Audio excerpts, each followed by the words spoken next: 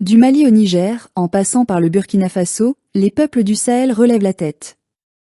Face à la France et à l'Occident, la voix du général Tiani résonne comme un avertissement. Les temps ont changé, dit-il, et les acteurs aussi. Car désormais, l'Afrique n'obéit plus, elle choisit et agit. Quand j'ai vu les images du président nigérien, le général Abdourahmane Tiani, s'adresser à ses soldats à Difa, j'ai ressenti quelque chose que je n'avais pas ressenti depuis longtemps, de la fierté. Oui, de la fierté africaine. Celle d'un homme qui parle sans trembler, sans chercher à plaire à Paris, à Washington ou à Bruxelles.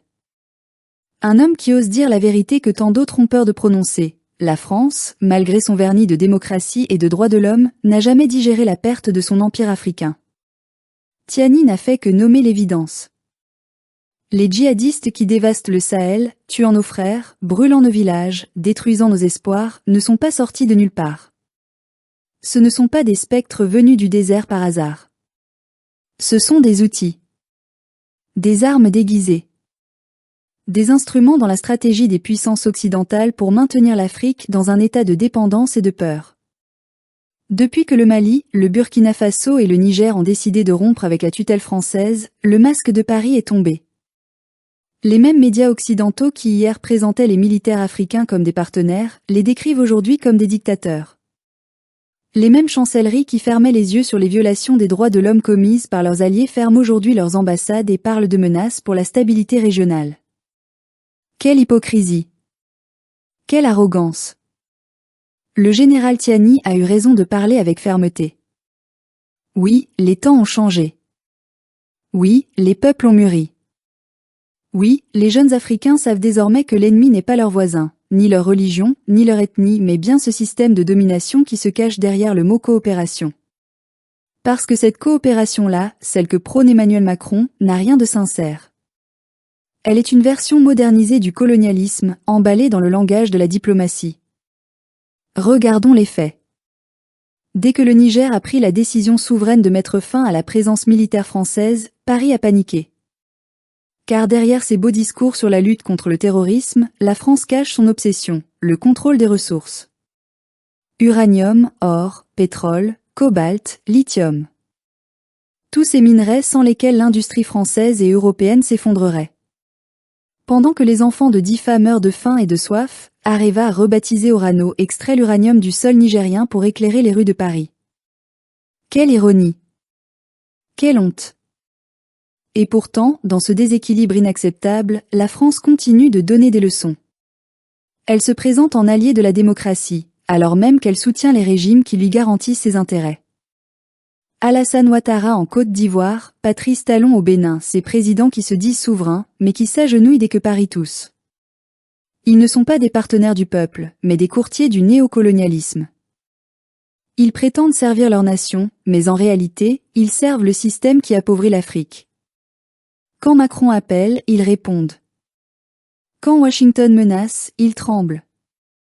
Ils oublient que l'honneur d'un chef d'État africain n'est pas de plaire à l'Occident, mais de protéger son peuple, de défendre sa terre, de préserver sa souveraineté. Mais le vent tourne.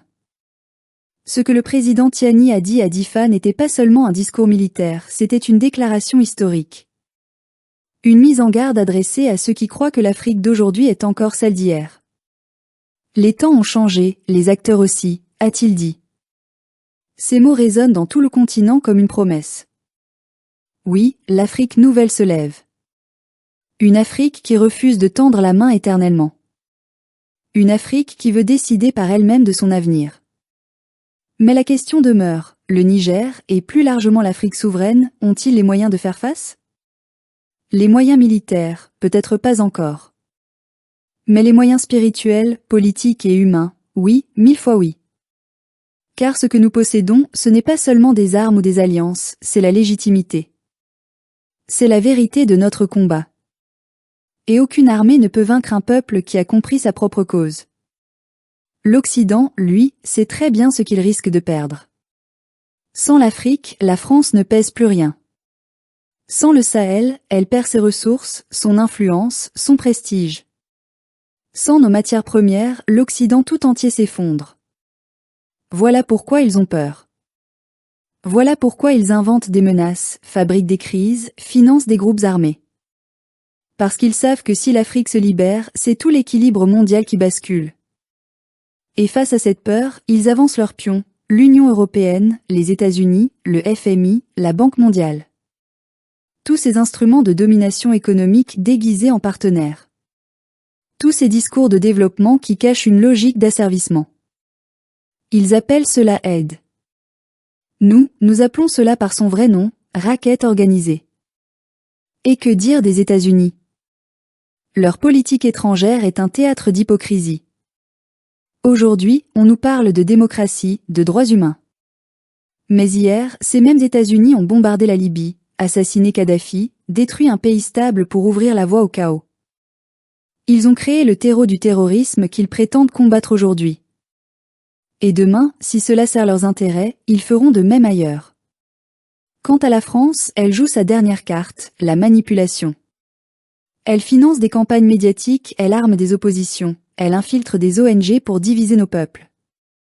Mais ce jeu-là ne marchera plus. Parce qu'une génération entière d'Africains a ouvert les yeux. Parce que nous savons désormais que le véritable ennemi n'est pas celui qu'on nous montre à la télévision, mais celui qui écrit le scénario derrière. Et dans cette bataille des consciences, nous savons que certains de nos propres dirigeants trahissent. Ils serrent la main de Macron le jour, et le soir, ils parlent d'indépendance à leur peuple.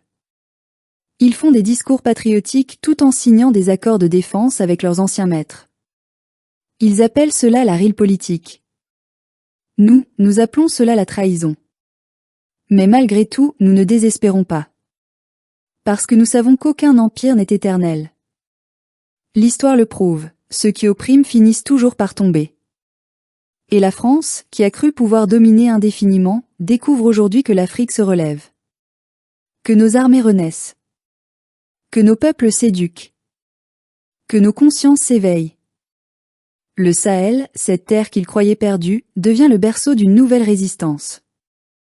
Une résistance panafricaine, consciente, déterminée, portée par la jeunesse.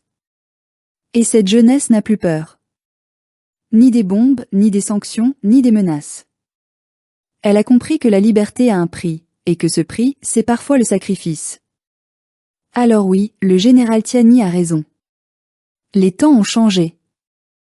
L'Afrique ne sera plus jamais une terre de conquête. L'Afrique ne sera plus jamais un grenier pour les empires étrangers. L'Afrique redeviendra ce qu'elle a toujours été, le cœur du monde. Et le jour viendra, il viendra bientôt, où ceux qui nous méprisent devront nous supplier. Le jour où l'Occident comprendra que sans l'Afrique, il n'y a pas de futur. Ce jour-là, ce ne sera plus Paris qui dictera, mais Bamako, Niamey, Ouagadougou, Abidjan, Kinshasa, Dakar. Ce jour-là, nous ne serons plus les spectateurs de notre histoire, mais les auteurs de notre destin. Et ce jour-là, nos enfants n'auront plus à se demander si leur continent est libre. Ils sauront que la liberté s'est payée au prix de la vérité, du courage et de la dignité retrouvée.